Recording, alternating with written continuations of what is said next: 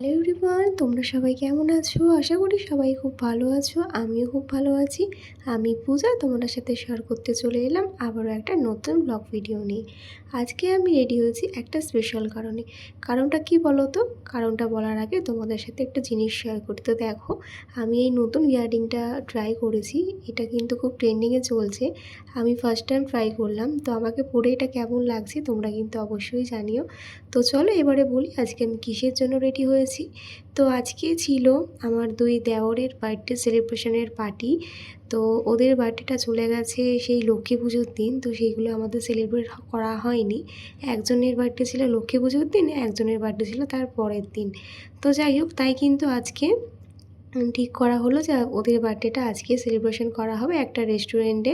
তো দেখো, এই হচ্ছে আমার ছোটো ননদ আর নন্দাই।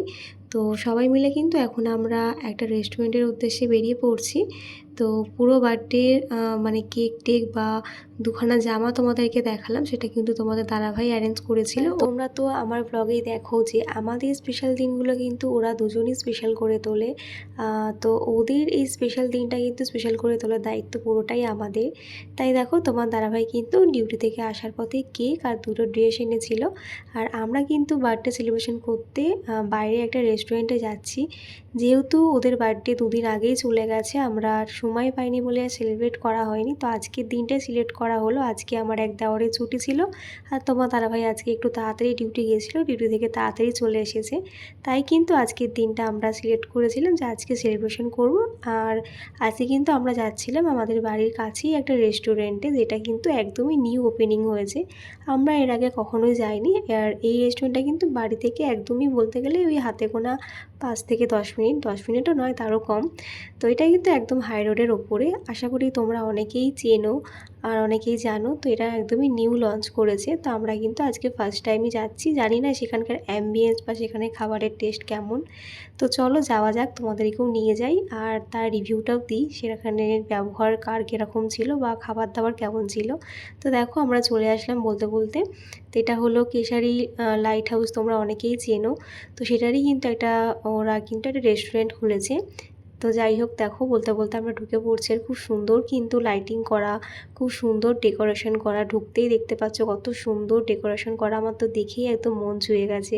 আর আমরা মেয়েরা তো তোমরা জানোই যে খাওয়া দাওয়ার থেকে বেশি পছন্দ হয় যেখানে ব্যাকগ্রাউন্ডটা ভালো, যেখানে অ্যাম্বিয়েন্সটা ভালো, যেখানে একটা ভালো ফটো আসবে, বিশেষ করে আমি। তো দেখো, আমার ননদ নন্দা এদিকে আমি মামামকে হাত ধরে নিয়ে ঢুকে পড়ছি।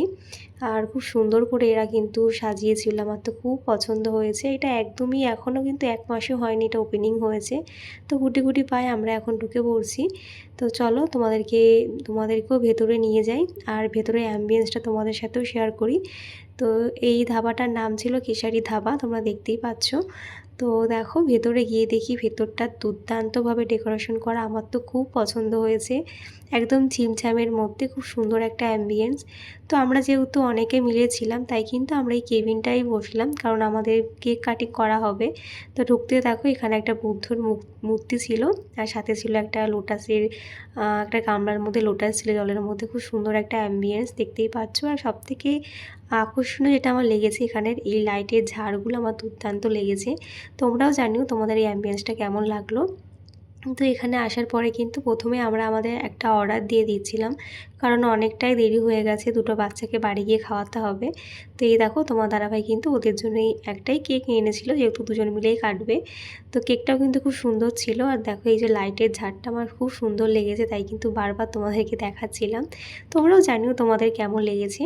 তো এখন কিন্তু এই দুজনকে কেকটা দেওয়া হচ্ছে। তারপরে কিন্তু তোমার দাদাভাই যে দুটো টি শার্ট কিনেছিল ওদের দুজনের জন্য, তো দেখো এটা হচ্ছে ওদের বার্থডে গিফট আমাদের তরফ থেকে, আমার আর তোমার দাদাভাইয়ের তরফ থেকে। তো ওদের দুজনকে কিন্তু দুটো দিয়ে দিলাম, আর বললাম যে তোমরা ওয়াশরুমে গিয়ে চেঞ্জ করে আসো, কারণ ওর বন্ধু দিয়েছে, তো এটা পরে কাটাটাই আমাদের বেশি বেস্ট মনে হয়েছিল। তো দেখো, দুজনে দুটো টি শার্ট পরে নিয়ে কিন্তু এখন দুটো বাচ্চা নিয়ে কেক কাটিং করছে। আর আমার মামাম কিন্তু কেক কাটতে ভীষণ পছন্দ করে। তো তোমরা জানিও আমরা তো খুব খুশি, আর আমাদের সাথে যাদেরকে খুশি করার জন্য আজকে এত কিছু করা, ওরাও কিন্তু খুব খুশি হয়েছে।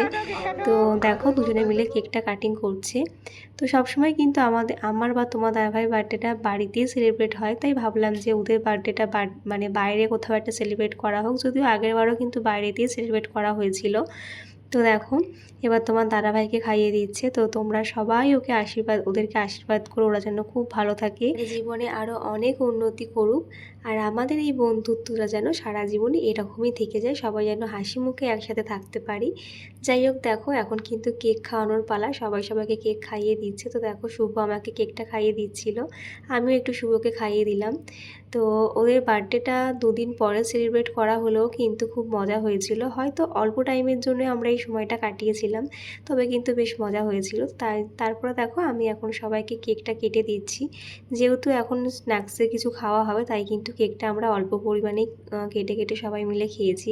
আর মাম্মাম না কেক কাটিং করতে বা কেক খেতে ভীষণ পছন্দ করে।